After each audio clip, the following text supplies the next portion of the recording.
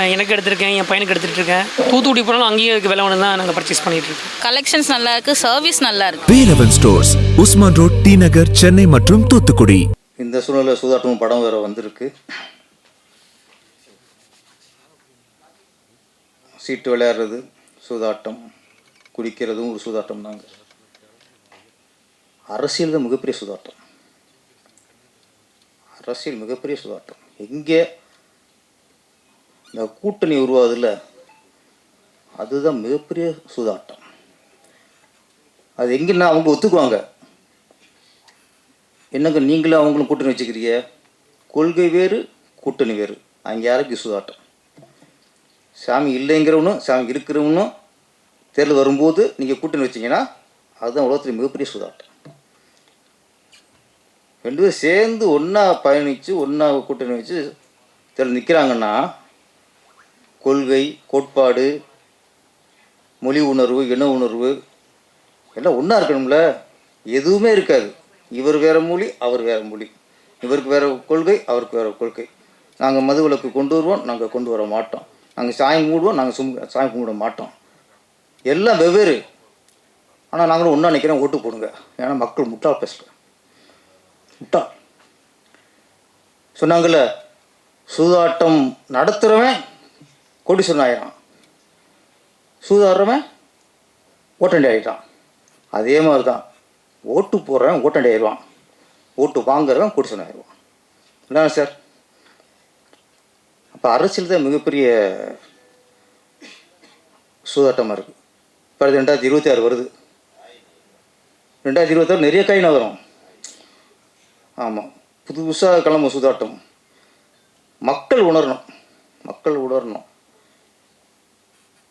இந்த அரசியல் சூதாட்டத்தை விட இன்னொரு சூதாட்டம் இருக்குது.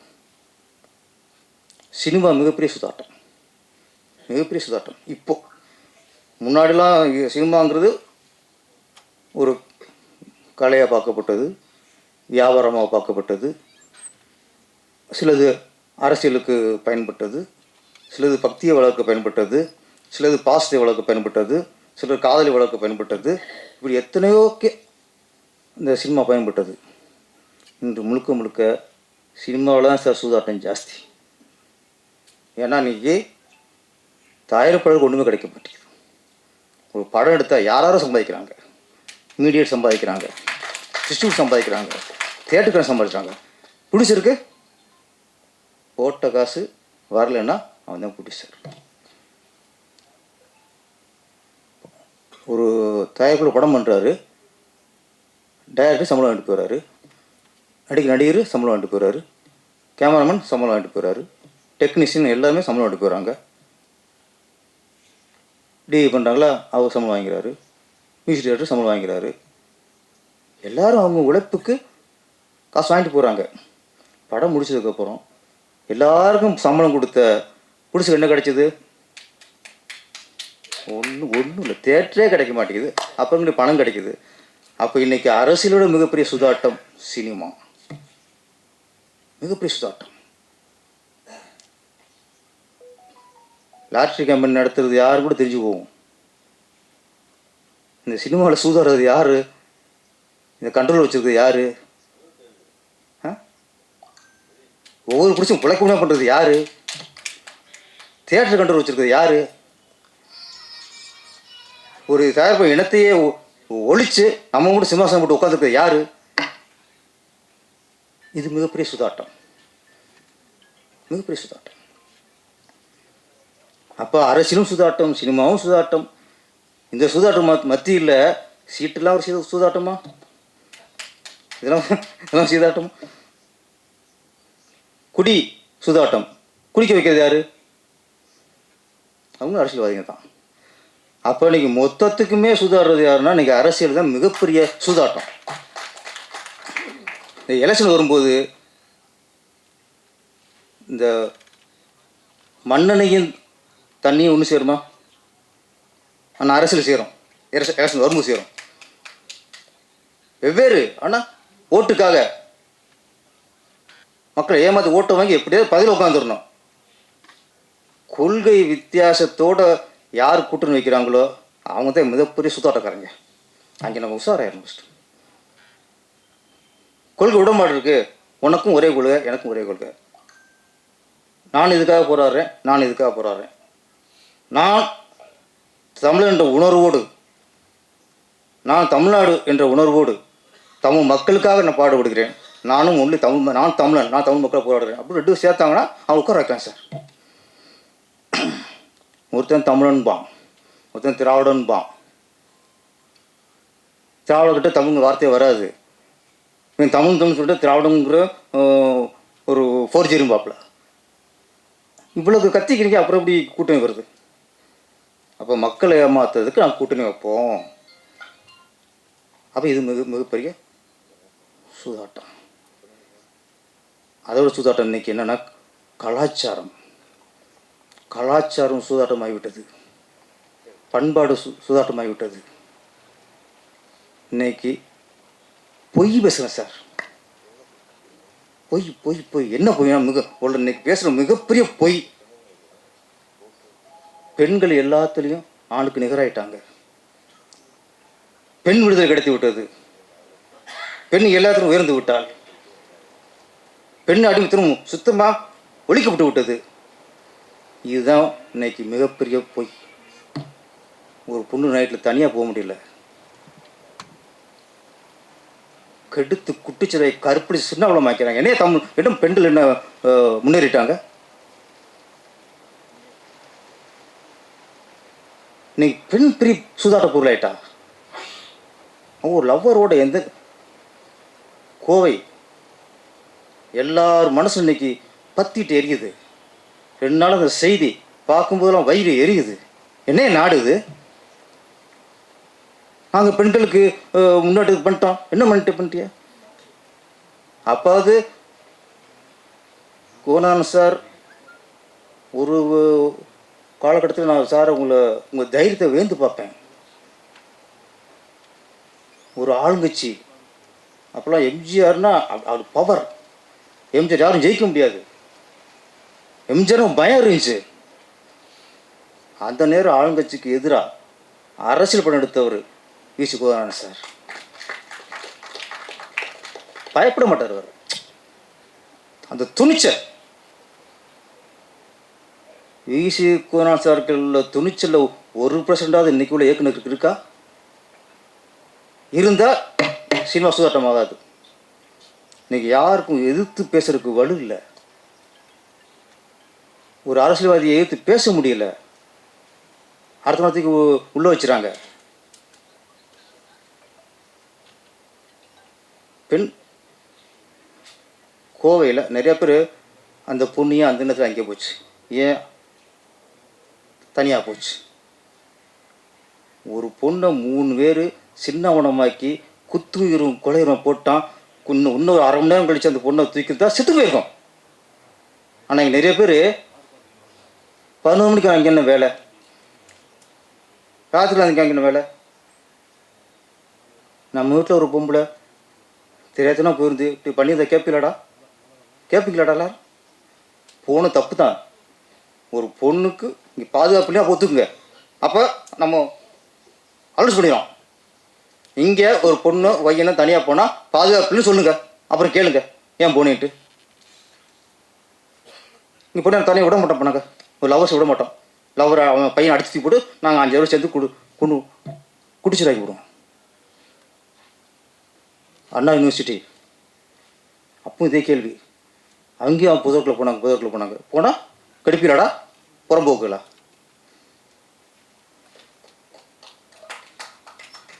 நான் இன்னொன்று சொல்கிறேன். ஒரு அமைச்சர் 1000 கோடி 2000 கோடி ஊழல் பண்ணாருன்னா நம்ம அரசை எதிர்க்கலாம் சார், கேள்வி கேட்கலாம் சார். கலாச்சாரம் காய்ச்சப்படுது அப்படின்னா நம்ம அரசாங்கத்தை கேள்வி கேட்கலாம். ஒரு பாலம் கட்டினாங்க 500 கோடிக்கு, 1 மாதம் இடிஞ்சு விழுந்துச்சு.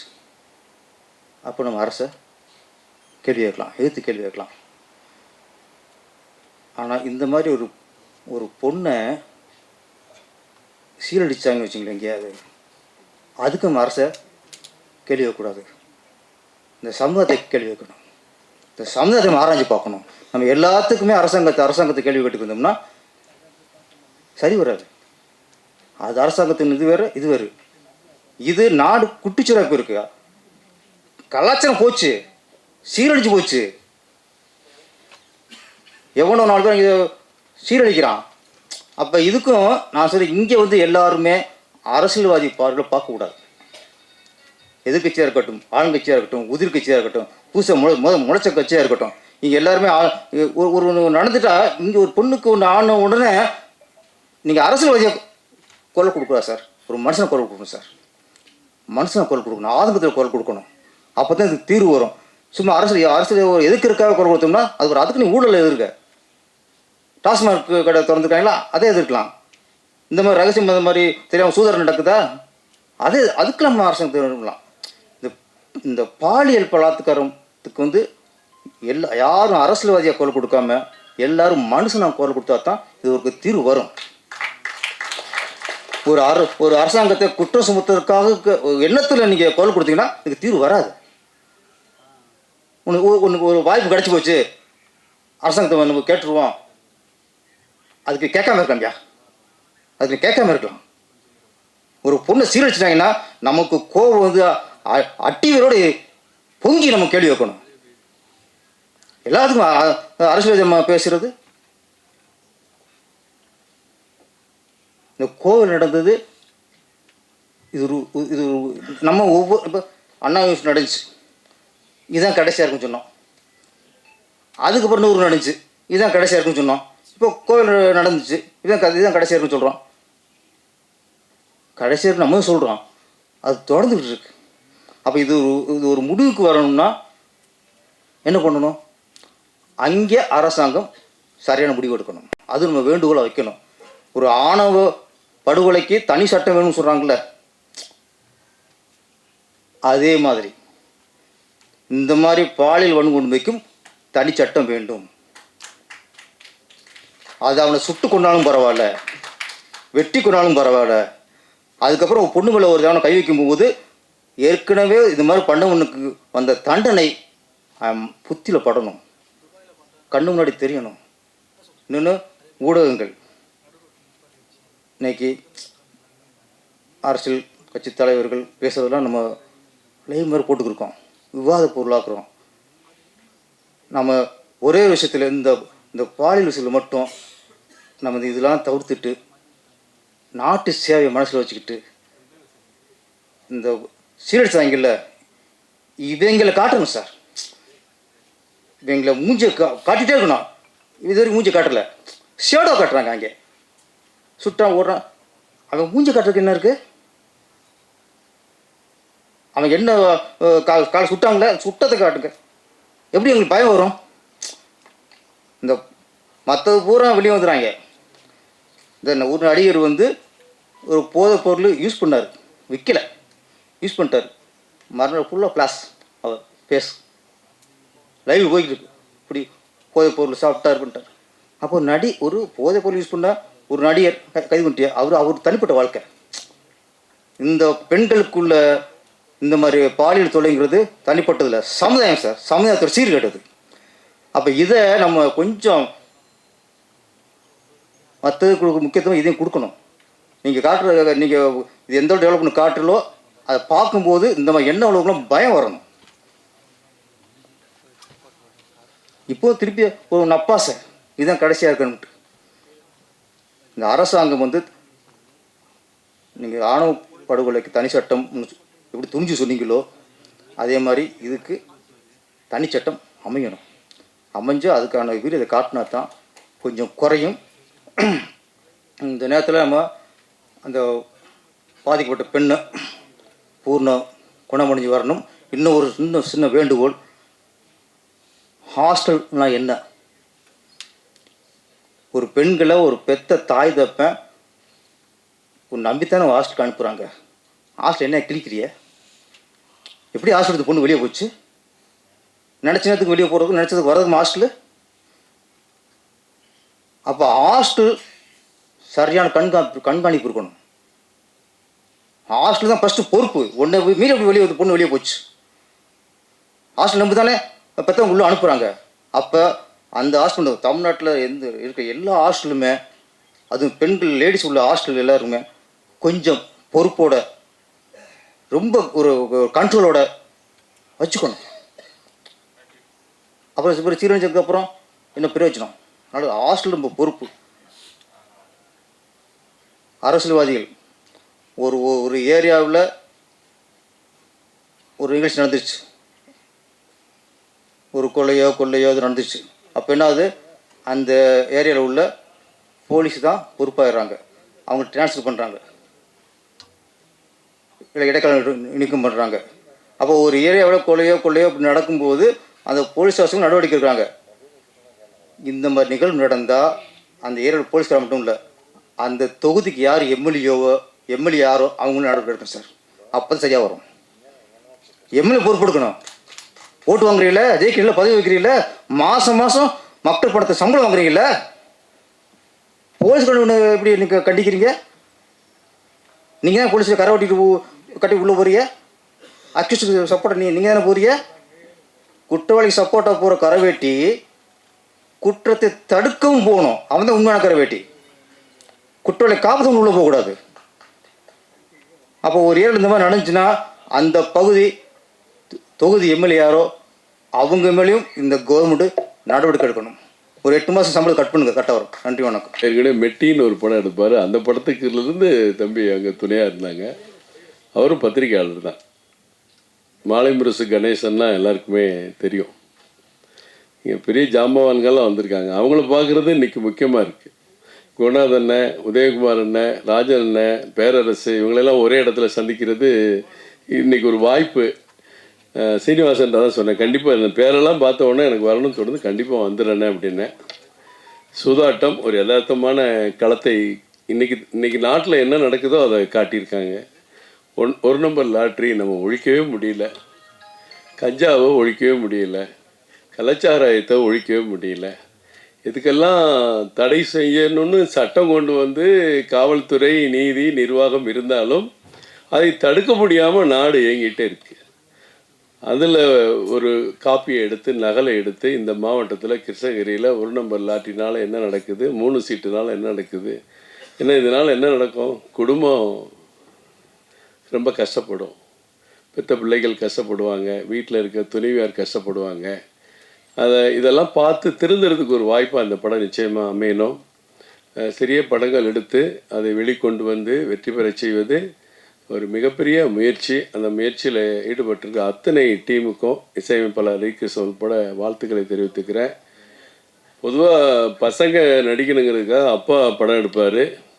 இதில் அப்பா நடிக்கணுங்கிறதுக்காக பையன் படம் எடுத்திருக்கிறாரு. அது ஒரு பெரிய வித்தியாசமான விஷயம். அனைவருக்கும் மீண்டும் எனது வாழ்த்துக்களை தெரிவித்துக் கொள்கிறேன். நன்றி, வணக்கம். ஆட்டம்னாவே இப்போ 2-3 நாளைக்கு முன்னாடி கிரிக்கெட்டில் நம்ம இந்திய மகளிர் மாபெரும் வெற்றியை பெற்று இந்திய தேசத்தையே பெருமைப்பட வைத்த இந்த உலக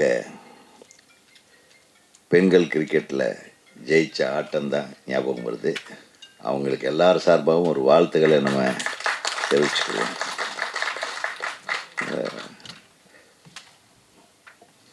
பொம்பளை பிள்ளைங்க ரொம்ப ஒரு முடிவு எடுத்துட்டா அதில் இருந்து கண்டிப்பாக ஜெயிச்சிருவாங்க. அதே மாதிரி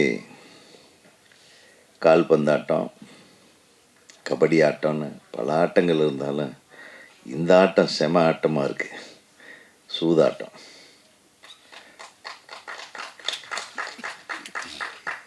இந்த ஆட்டத்தில் ஜெயித்தாலும் வாழ்க்கையில் தோற்றுடணும், இந்த ஆட்டத்தில் தோற்றாலும் வாழ்க்கையில் தோற்றுடணும். இந்த ஒரு ஆட்டத்துக்கு மட்டும்தான் அந்த மாதிரி ஒரு வித்தியாசமான ஆட்டம். ஜெயித்தவன் திரும்பி கொண்டு போய் அதிலேயே விடுவான், தோற்றவன் இருக்கிறது எல்லாம் அதிலேயே விடுவான். ஸோ ஒரு நல்ல கருத்து இது. இன்றைக்கி நேரத்தில் இந்த மனித குலம் தோன்றிய காலத்திலேருந்தே சூதாட்டம் இருந்திருக்கு. பெரிய பெரிய ராஜ்யங்கள் எல்லாமே, ராஜண்ணாக்கு தெரியும், பெரிய பெரிய ராஜாக்கள் எல்லாமே, ஏன் பஞ்சபாண்டவர்களே சூதாட்டத்தில் தோற்று தான் பாஞ்சாலியை விட்டாங்க. சூதாட்டம்ன்றது எவ்வளவு கொடுமையான விஷயம். அதை வந்து இந்த காலத்தில் இன்றைய நடைமுறை வாழ்க்கையில் எப்படியெல்லாம் விதவிதமான சூதாட்டங்களை ஜனங்க வச்சுருக்காங்க. அதில் குடியும் ஒரு சூதாட்டம் தான் அப்படின்னு காட்டியிருக்காங்க. லாட்டரி இந்த மாதிரி நிறைய பேர் நிறைய இழந்திருக்காங்க. ஆனால் எதில் இழந்தாலும் சம்பாதிச்சிருந்தான். சூதாட்டத்தில் இழந்த வேண்டுமோ ஒன்றா தற்கொலை பண்ணிக்குவான், இல்லைன்னா தன்னைத்தானே அழிச்சுக்குவான், குடும்பத்தோடு போயிடுவான். இந்த மாதிரி கொடுமைகள் நடக்கிற விஷயங்களை, இந்த கொடுமைகளை எல்லாம் கலை தெரியும் வண்ணம் ஒரு நல்ல அறிவுரையை, ஒரு புத்திமதியை சொல்லும் அளவிற்கு ஒரு திரைப்படத்தை தயாரிக்க முன்வந்த தயாரிப்பாளருக்கு எனது மனமார்ந்த வாழ்த்துக்களை தெரிவித்துக் கொள்கிறேன். ஆனால் என்ன, அந்த சூதாட்டத்தை தயாரித்தவர் இவர் எடுத்த உடனே பொட்டுன்னு இவர் மண்டையில் போட்டு ஷூட் பண்ணுறாங்க. அது காட்டும் போதே டப்புன்னு ஷூட் போடுறாங்க. அப்படின்னா இதுக்கெல்லாம் தலைவனே இவர் தான் போல்ருக்கு. இந்த சூதாட்டங்களுக்கு தலைவர், தயாரிப்பாளர் தான் தலைவர். பையனே படம் எடுத்திருக்காப்புலன்றாரு. அவர் ரொம்ப நாளாக அப்பா மேலே இப்படி ஒரு கடுப்பில் இருந்திருக்கான் போட்டுருக்கு. தம்பி எப்படியாவது ஒரு நாள் போட்டுருணுன்ட்டு என் தம்பி சும்மா காமெடியாக சொல்கிறேன். படத்துலையாவது சுற்றுவோமே அப்படின்ட்டு சுட்டிருக்காரு. நல்ல விஷயத்துக்காக சுட வச்சுருக்காங்க. இயக்குனர் யாருப்பா எங்க? அப்படியா? சரி, இது இயக்குனர் இல்லாமையே இந்த உடம்பு சரியில்லையா? சரி, அவர் உடல்நலம் தேறி வரட்டும். இந்த படம் எல்லாமே நல்லா தான் பண்ணியிருக்காங்க. யதார்த்தமான கதைக்களம், யதார்த்தமான முகங்கள், ஒரு பெரிய நடிகர்கள் நடிகைகள் எல்லாம் இல்லாமல். ஆனால் ஒரு டான்ஸ் கொஞ்சம் நல்லா இருந்தது, செம்மையாக இருந்தது. என்ன ரொம்ப ரசித்து எடுத்துருக்கீங்க. ஏன்னா படத்தில் ஏதோ ஒன்று வேணுமில்ல. எப்பவுமே நல்ல அட்வைஸ் சொல்லும்போது சில நஞ்சு கலந்த விஷயங்களையும் சொன்னால் தான் அதை ரசிக்கும்படியாக கேட்பாங்க. இப்போ இந்த மேடையில் வந்து என்னை விட மூத்தவங்க எல்லாம் இருக்காங்க. ஆனால் குகநாத் அண்ணன், ராஜன் சார் முதல்ல பேசிட்டு போகிறதாக நானே சொல்லிவிட்டு அப்புறம் நம்மளையே முதல்ல பேச கூப்பிட்டதுக்காக நான் வருத்தப்படலை, சந்தோஷப்படுறேன். ஏன்னா ராஜன் சார்,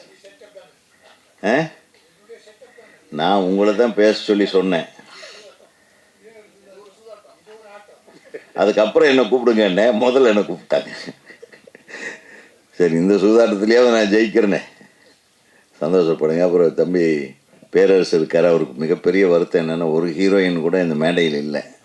அவர் பொதுவாக அவர் வந்தாருன்னா ஹீரோயின்ஸ் எல்லாம் இருப்பாங்க, அவருக்கு பக்கத்தில் சீட்டு போடுவாங்க. நமக்கு அந்த எனது ஆழ்ந்த வருத்தத்தை தெரிவிச்சுக்கிறேன் தம்பி. அதே மாதிரி பல நோய்களை குணப்படுத்தும் ஒரு மிக அற்புதமான மருத்துவர் டாக்டர் ராஜ்குமார் அவர்கள் வந்திருக்காங்க. ஏன்னா அவர் ரொம்ப நாளாக தெரியும் எனக்கு. லைஃப் லைன் ஹாஸ்பிட்டல்னு வச்சுருந்தார். இப்போது அவர் அருமையான சேவைகள். இப்போ ஒரு நல்ல யூடியூப்பில் ஒரு நல்ல விஷயங்களை பதிவிடுறாரு. அதையெல்லாம் பாருங்கள் நீங்கள். இந்த யூடியூப்பு அப்படின்னு ஒன்றே எனக்கு ஞாபகம் வருது. இப்போ தான் கொஞ்சம் நேரத்துக்கு முன்னாடி நான் பேசிகிட்டு இருந்தேன். இப்போ இந்த செல்ஃபோனில் டார்ச்சர் தாங்க முடியல. எல்லாம் நம்ம நண்பர்கள் தான் டார்ச்சர் பண்ணுறவங்க, வேறு யாருமே வெளியால் இல்லை. குடும்பத்துக்கு ஒருத்தன் கிளம்பிடுறான். காலையில் எழுந்திரிச்சோடனே குட் மார்னிங். அதுக்கப்புறம் அவன் எதை பார்க்குறானோ, அவன் படிக்கிறானோ இல்லையோ, அதை நம்மளுக்கு ஃபார்வேர்டு பண்ணுறதுல ஃபஸ்ட்டு கெட்டிக்காரனாக இருக்கான். காலையில் எழுந்திரிச்சு பார்த்தா ஒரு 600-700 மெசேஜ். ஃபோனு வேலை செய்ய மாட்டேங்குது. நம்ம ஒவ்வொன்றையும் அழிக்கிறதுக்கே ரொம்ப லேட் ஆகுது. நான் திருப்பியும் சொல்கிறேன், இந்த குட் மார்னிங் எல்லாம் டெய்லி போட்டிங்கன்னா நம்ம தொடர்ந்து இந்த மாதிரி போட்டுட்டே இருக்காங்க. தெரிஞ்சவன், நண்பன், எல்லாருமே வேலையே இதுதான்.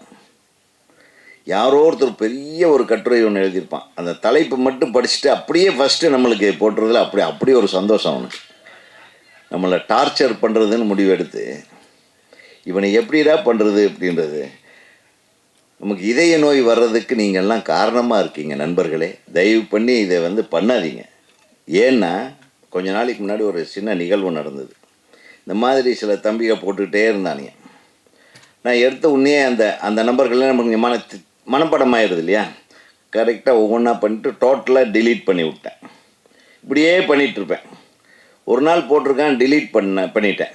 கடைசியில் பார்த்தா அவனுக்கு ரொம்ப உயிருக்கு போராடிட்டு இருக்கானே, எனக்கு உதவி வேணும்னு கேட்டிருக்கான். இதிலிருந்து என்ன தெரியுது? தேவையில்லாமல் ஒரு நண்பருக்கோ அல்லது குடும்பத்தினருக்கோ தேவையில்லாத நேரங்களில் தேவையில்லாமல் டெய்லி காலையிலேருந்து நீ குட் மார்னிங் சொல்லன்னா அவனுக்கு குட் மார்னிங்கே வராதா? சொல்லுங்கள். அதை அழிச்சிட்டான்னு வைங்க, அப்புறம் நீங்கள் எப்பாவது ஆபத்துலேயோ ஒரு பிரச்சனையிலையோ மாட்டும்போது நீங்கள் அனுப்புகிற ஒரு குறுஞ்செய்தியை அவன் படித்து பார்க்காமையே அழிச்சிருவான். இதுதான் இன்றைக்கி நான் சொல்ல போகிற மிகப்பெரிய செய்தி. அப்புறம் நான் கண்டுபிடிச்சி அந்த தம்பியை மருத்துவமனையில் அட்மிட் பண்ண வச்சேன் என்பது உங்களுக்கு சொல்லிக்கொள்ள ஆசைப்படுகிறேன். சின்ன சின்ன விஷயங்கள் தான் நம்ம வாழ்க்கையில் மிகப்பெரிய தப்புக்கு மிகப்பெரிய விளைவுக்கு காரணமாயிரும். தயவு பண்ணி டெய்லி குட் மார்னிங் போடுறத, தேவையில்லாத விஷயங்களை, நீங்களே படிக்க போர் அடிக்கிற விஷயங்களை அடுத்தவங்களுக்கு ஃபார்வேர்டோ பண்ணாதீங்க. உண்மையாகவே டாக்டர் ராஜ்குமார் சார் முதல்ல நான் யாருன்னு நினச்சிட்டு முதல்ல அழிச்சிட்டேன். அதுக்கப்புறம் ஒரு மேட்ரை சொல்லியிருந்தார் மருத்துவ சம்பந்தமாக, அருமையாக இருந்தது. அதுலேருந்து நான் அதை டெய்லி அவர் அனுப்பும்போதெல்லாம் நான் அதை ஃபாலோ பண்ண ஆரம்பித்தேன். இன்னும் ரொம்ப வருஷம் ஆச்சு நான் அவரை பார்த்து. ஆனால் அவர் என்னுடைய வாட்ஸ்அப் குரூப்பில் இருக்கார். எதுக்கு சொல்ல வரேன்னா, உலகத்தில் எவ்வளவோ நல்ல விஷயங்கள் இருக்குது. நல்ல விஷயத்தை தொடர்ந்து நம்ம ஃபாலோ பண்ணுங்கள். சூதாட்டத்தை பாருங்கள், சூதாட்டம் ஆடாதீங்க. இந்த ஆட்டத்தை நம்ம பார்க்கறதுக்காக படைத்த அனைத்து தொழில்நுட்ப கலைஞர்களுக்கும், தயாரிப்பாளருக்கும், இந்த படத்தை விநியோகம் செய்ய போகிறவர்களுக்கும், இதுக்கு படத்துக்கு தியேட்டர் கொடுத்து இந்த படத்தை வெற்றி படமாக மாற்ற இருக்கிற தியேட்டர் அதிபர்களுக்கும் எனது மனமார்ந்த வாழ்த்துக்களையும் நன்றிகளையும் கூறி, இந்த படத்தை பற்றி நல்லா எழுதுங்க. இன்றைக்கி நாட்டுக்கு இது ரொம்ப தேவையான ஒரு டைட்டில். இந்த சூதாட்டம் எல்லாத்துலேயும் தான் சூதாட்டம். அரசியலில் சூதாட்டம்,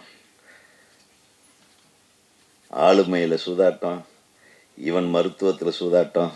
மருத்துவத்தில் இருக்கிற சூதாட்டம் என்னை விட அவருக்கு நல்லா தெரியும். தெரியாதனமாக அதாவது வாழ்க்கையில் இன்னொரு விஷயத்தை, முக்கியமான விஷயத்தை சொல்லிக்கிறேன். ஒவ்வொருத்தருக்கும் நல்ல நண்பர்கள் இருக்கிறார்களோ இல்லையோ அதை பற்றி கூட கவலைப்படாது. ஒரு நல்ல மருத்துவரை நண்பராக வைத்து கொள்ளுங்கள். ஒரு நல்ல மருத்துவர் உங்களுக்கு நண்பராக இருந்தால் நீங்கள் பெரிய சிக்கல்லிருந்து உங்களை காப்பாற்றிக்கலாம். இது என்னுடைய வாழ்க்கையில் தினந்தோறும் சந்திச்சுக்கிட்டு இருக்கிற விஷயம். நல்ல மருத்துவர்னு சொல்கிறேன் இல்லையா, உங்கள் மேல் பாசம் வைத்துள்ள ஒரு மருத்துவரை நண்பராக வைத்து கொண்டால் உங்களுக்கு நிறைய நன்மைகள் கிடைக்கும். அது நல்ல ஆட்டம். என்ன, தப்பாக அவசரப்பட்டு பக்கத்தில் ஒரு ஹாஸ்பிட்டலில் போய் நுழைஞ்சிட்டேன்னு வைங்க, அது சூதாட்டத்தை விட மோசமான ஆட்டமாக இருக்கும். ஆக இது எல்லாம் பேசக்கூடியவங்க நிறைய பேர் இருக்கிறதுனால இந்த படம் மிகச்சிறந்த படமாக வந்திருக்கிறது என்பதை பார்த்தாவே தெரியுது. எல்லாம் புதுசாக இயல்பான கதாபாத்திரங்களை வைத்து எடுத்திருக்கிற அந்த இயக்குனருக்கு எனது மனமார்ந்த வாழ்த்துக்களை தெரிவித்துக் கொள்கிறேன். உதவி இயக்குனர்களுக்கும் ஒளிப்பதிவாளருக்கும்.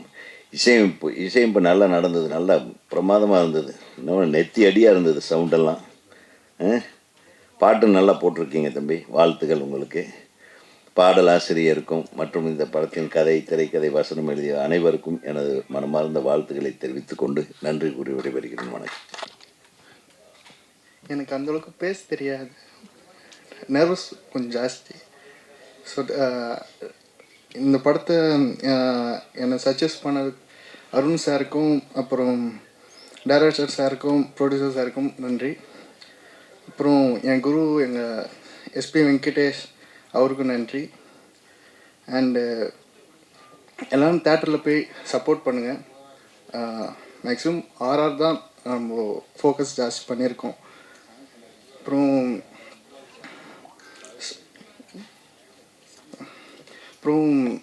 ஆக்சுவலி 2வது சாங் தான் நான் ப்ரோக்ராம் பண்ணியிருக்கேன். And thank you. எனக்கு தெரியும்.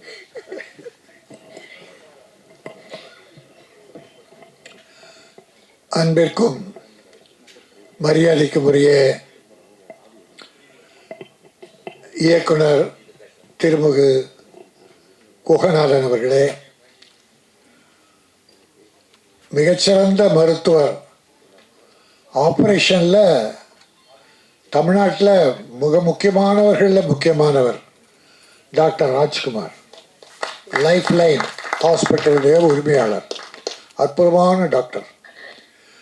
அப்புறம் என்னுடைய தம்பிகள் உதயகுமார் டைரக்டர், தலைவர், செயலாளர் பேரரசு,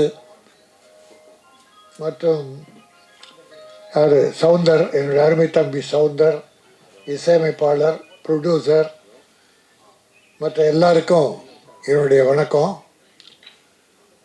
ஒரு வித்தியாசமான ஆடியோ ஃபங்க்ஷன், ஆனால் ஆத்மார்த்தமான ஆடியோ ஃபங்க்ஷன். நம்ம ப்ரொடியூசர் உருவத்தில் தான் இப்படி இல்லை, உள்ளத்துலேயும் பரந்த உள்ள கொண்டவர்.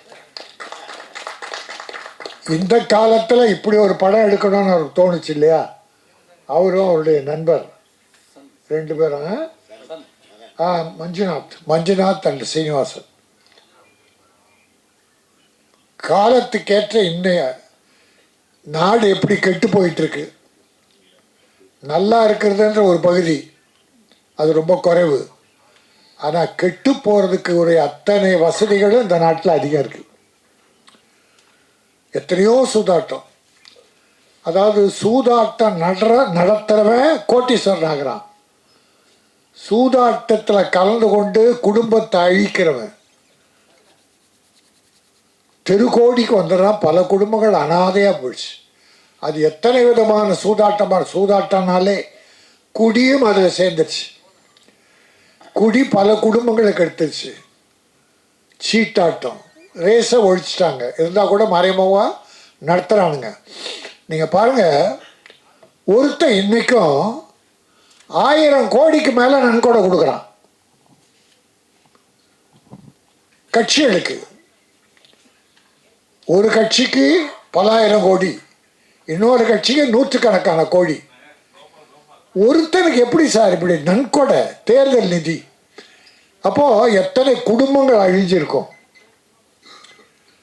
இவ்வளோ பணத்தை அவன் நன்கொடையாக கொடுக்குறான்னா அவன் எத்தனை லட்சம் கோடி வச்சுருப்பான். இந்த லட்சம் கோடி யார் பணம்? இந்த ஏழைங்க பணம்.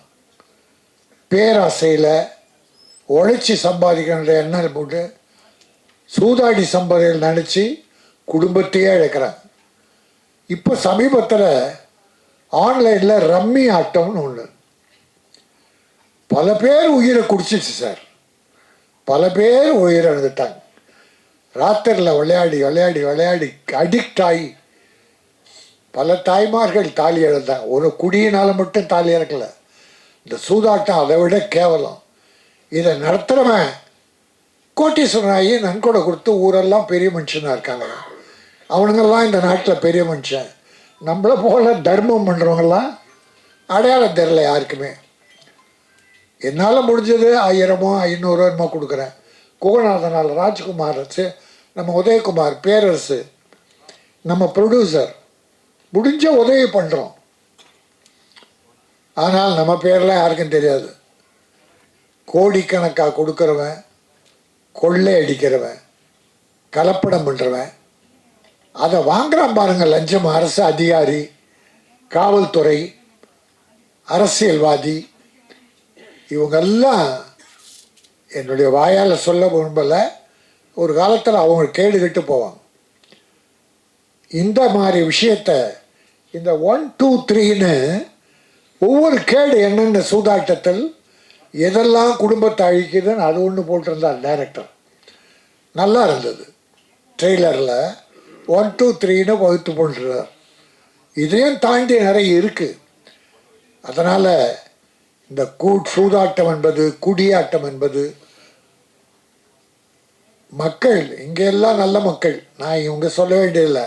ஆனால் யூடியூப் மூலமாக இந்த செய்தி பரவுது இல்லையா, நாடு பூரா என் சகோதரர்கள் அவங்க எல்லாரும் பார்த்து இந்த சூதாட்டத்தை ஒழிச்சிட்டு குழந்தைகளை நல்லா படிக்க வச்சு அப்பா அம்மாவை காப்பாற்றி இருந்தால் வாழ்க்கை நல்லா இருக்கும்.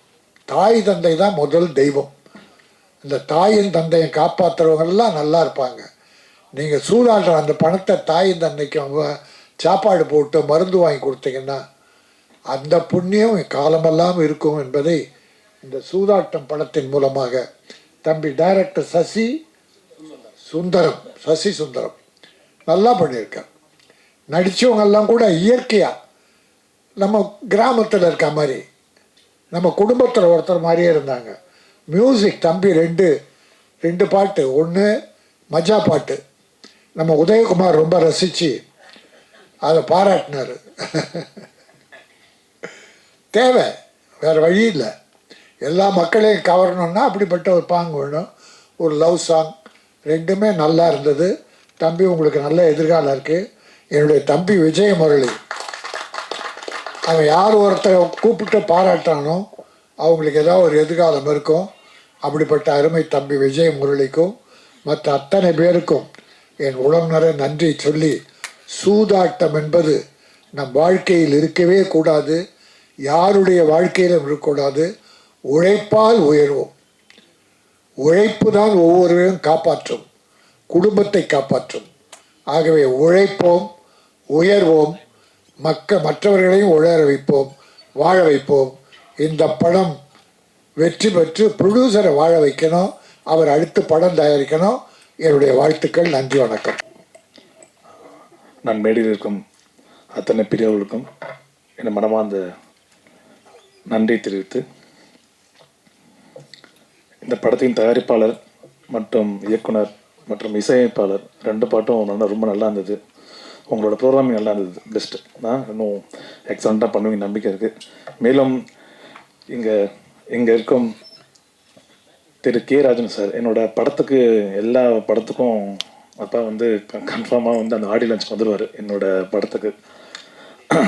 அவருக்கு நன்றி சொல்கிறேன். 2வது குருநாதன் சார், எம்ஜிஆர் காலகட்டத்திலேருந்து ஒரு பெரிய மிக சிறந்த ஒரு கதை வசனம் மற்றும் இயக்குனர். அவர் இந்த மேடையில் பார்த்து ரொம்ப சந்தோஷம். மற்றும் எனக்கு பிடிச்ச பாடம் முத்து மணிமாலை, அந்த பாடல் அண்ணன் உதயகுமார் அண்ணன் சந்தோஷம். மேலும் பேரரசு அண்ணன், என்னோட அருமை சகோதரர், அவருக்கு நன்றி சொல்லி, மேலும் எங்களோட அருமை சகோதரி, அவங்களும் டாக்டர் தான், ப்ரொஃபஸர். அதனால் அவங்களால்தான் இந்த நிலைமையில் நான் இருக்கேன்னு உங்கள் எல்லாருக்கும் ப்ரெஸ் மீடியாவுக்கு தெரியும். அவங்க பேர் டாக்டர் பத்மா. அந்த same life line hospital mister Rajkumar sir, ஏன்னா அவரோட வீடியோஸ்லாம் நிறையா பார்ப்பேன். இப்போ தான் பேசியிருந்தேன் அவர்கிட்ட. என்னோட அசிஸ்டன்ட் டாக்டர்னு சொல்லும்போது அவர் ரொம்ப ஹாப்பியாக இருந்தார், ரொம்ப சந்தோஷம். அப்புறம் இந்த படத்தோட ப்ரொடியூசர், அவர் வில்லனாக நடிச்சிருக்காருன்னு சொன்னாங்க. அண்ணன் சொன்னாப்புல லாஸ்ட் ஷாட்டில் அந்த புல்லட் அவர் தான் வில்லன் நான் நினைக்கிறேன். அதனால் மேலும் இந்த படம் வெற்றியடைய வாழ்த்துக்கள். மேலும் என்னை இந்த விழாக்கு அழைச்ச திரு பிஆர்ஓ அவர்கள், மிஸ்டர் விஜய் முரளி சார், சத்யா அண்ணன். அதே மாதிரி இன்றைக்கி சிறு படங்களுக்கு பார்த்தீங்கன்னா போஸ்ட் ப்ரொடக்ஷன் தான் ஒரு படத்தோட மெயின் டாஸ்க்காக. ஏன்னா அங்கே தான் பட்ஜெட், ஒரு ப்ரொடியூசர் ஸ்டக் ஆகிறாங்க. எவ்வளோ பண்ணலாம், பேலன்ஸ் எவ்வளோ இருக்கும். ஏன்னா என்னோடய அனுபவங்களால சொல்கிறேன். அந்த போஸ்ட் ப்ரொடக்ஷனில் நாங்கள் ஒரு ப்ரொடியூசர் எப்படியா நல்ல குவாலிட்டியாக ரிலீஸ் பண்ணணும், அந்த இடத்துல பட்ஜெட் இருக்குன்னா மிஸ்டர் அருண் சாய் ஸ்டூடியோ. ஏன்னா அவர் என்னோடய அருமை சகோதரர். பல சின்ன படங்களுக்கு நீங்கள் யாரை கேட்டாலும் தெரியும், சாய் ஸ்டூடியோன்னு பேர் சொன்னால் எல்லாருக்குமே தெரியும். அதனால் என்னோடய அருமை சகோதரர் அவரும் என்னை இந்த விழாக்கு அழைச்சிருக்கார், ரொம்ப நன்றி தெரிவித்து. மேலும் இந்த 2 பாட்டு ரொம்ப எக்ஸலண்ட்டாக வந்திருக்கு. இந்த சூதாட்டம் படம் மாபெரும் வெற்றியடைய நான் இறைவனை வேண்டிக்கிறேன். ரொம்ப நன்றி, தேங்க்யூ. தாய்ப்பாசத்தை கூட அரசியலாக்கினது சூதாட்டம். உலகத்தில் விற்க முடியாதது, வாங்க முடியாதது,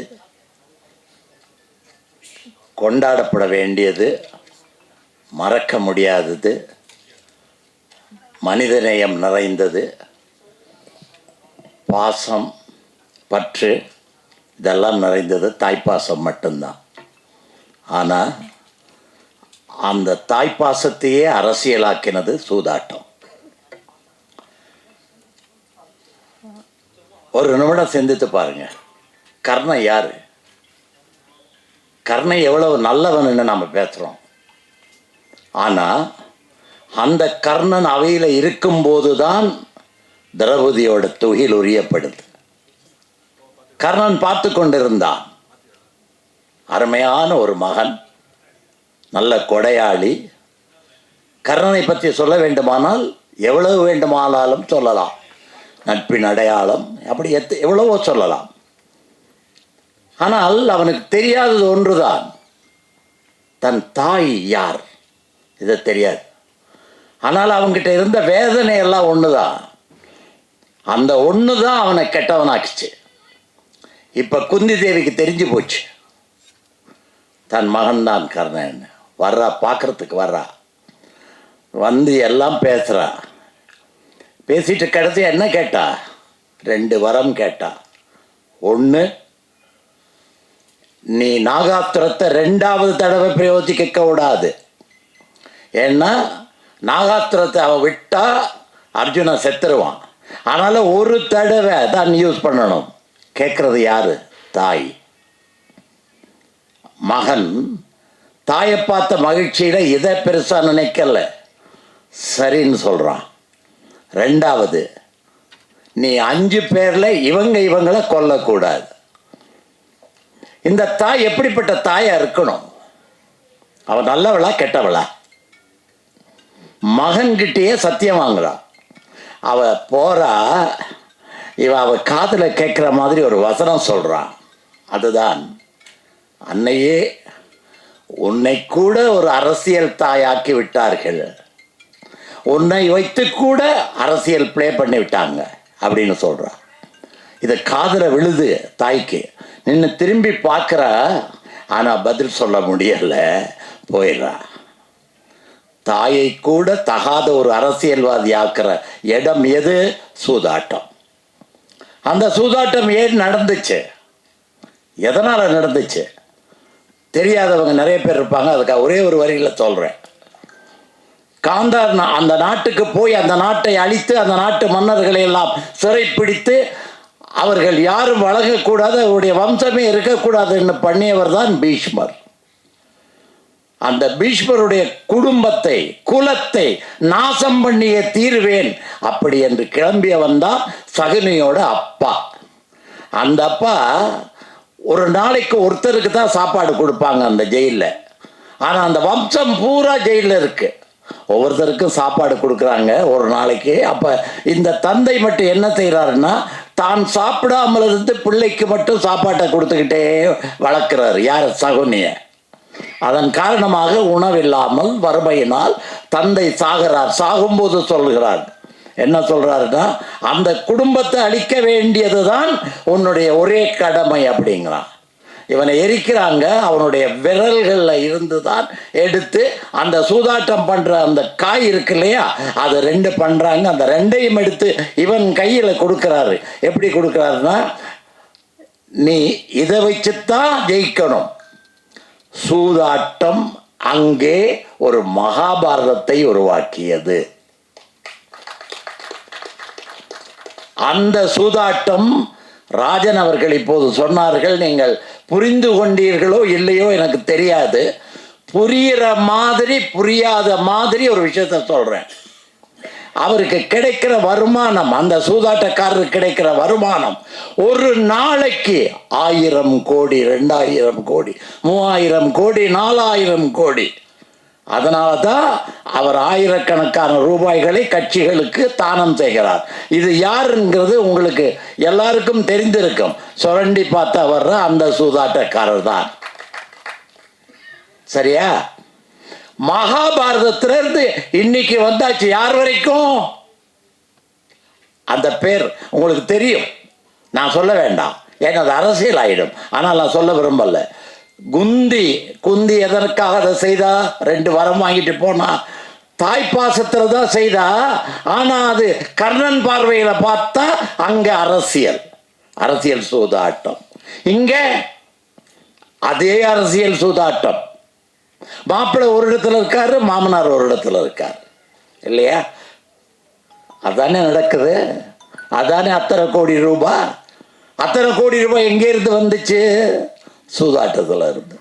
அப்போ இந்த சூதாட்டம் எவ்வளவு கேவலமான விஷயம்ங்கிறத அதைத்தான் சொல்லியிருக்காங்க. அங்கே ஆரம்பிச்சது, மகாபாரதத்தில் ஆரம்பிச்சு வந்து இன்னொரு ஸ்டேட்காரர் இங்கே வந்து அவ்வளவு சம்பாதிச்சு அவர் மாப்பிள்ளை இங்கே இருக்கக்கூடிய அளவுக்கு சூதாட்டம். இப்போ சூதாட்டம் படமாக வந்திருக்கு. இதுக்கு முன்னாடியும் படமாக வந்துச்சு. முத்துராமன் ஜெய்சங்கர் நடித்து மதுரை திருமாறன் நடித்து அந்த படம் ரொம்ப நல்ல படம், ரொம்ப நல்லா ஓடின படம். அதுவும் சூதாட்டம் தான். கரெக்டா? நான் சொல்கிறது கரெக்டா? கரெக்ட். இப்போ ஆற்றல் உள்ளவர்கள் ஜெயிக்கிறாங்க, சினிமாவில் ஆற்றல் உள்ளவர்கள் ஜெயிக்கிறார்கள். ஆனால் அதிர்ஷ்டம் உள்ளவர்களும் ஜெயிக்கிறாங்க. ஆற்றல் உள்ளவர்கள் மட்டும்தான் ஜெயிக்கிறார்கள் சொல்ல முடியாது. ஆற்றல் உள்ளவர்கள் யாரு? தோ ஆர்வி உதயகுமார். எத்தனை படம் வரிசையாக சொல்லலாம். அடுத்தது அந்த டைரக்டர் பேரரசு, வரிசையாக சொல்லிகிட்டே போகலாம். அதே மாதிரி ஒரு எழுத்தாளர் உங்கள் முன்னாடி நிற்கிறான். 250 படம் எழுதியிருக்கேன், வெற்றி தான் என்னுடைய வாழ்க்கையில் இன்னைக்கு வரைக்கும். ஆக அங்கே ஆற்றல், அதிர்ஷ்டம். டி ராஜேந்தர் வேலை செய்தார்னு ஒரு படம் சொல்லுவாங்க. என்ன படம்? ஒரு தடவை ராகம். ஆனால் அதில் டைரக்டர்னு பேர் வந்தது யாரு உங்களுக்கு தெரியும். அது எப்படி சொல்றது? ஆற்றல் இருந்திருந்தால் அவர் என்னைக்கும் ஜெயிச்சுக்கிட்டு தானே இருக்கணும். இத்தனை வருஷம் ஆச்சு. உதயகுமார் இருக்காரு, அவர் இருக்காரு, நான் இருக்கோம், நாங்கெல்லாம் இருக்கோம். என்ன காரணம்? ஆற்றல். அதிர்ஷ்டம் ஒரு படத்தோட போயிடும், 2 படத்தோட போயிடும், 3 படத்தோட போயிடும். ஆனால் இங்கே ஆற்றல் உள்ள இன்னொருத்தர் இந்த மேடையில் இருக்கார். இன்னைக்கு யார் பெரிய ஹீரோன்னு சொன்னால் விஜய் ஒரு பெரிய ஹீரோ, அஜித் ஒரு பெரிய ஹீரோ. இந்த 2 பேரையும் வச்சு படம் எடுத்த ஒருத்தர் இங்கே இருக்கார், இந்த மேடையில் இருக்காரு. 1995 என்னமோ அந்த படம் எடுத்தார். கரெக்டா? சவுந்தரபாண்டியன் காணமே, அவர் எடுத்தார் அந்த படம்.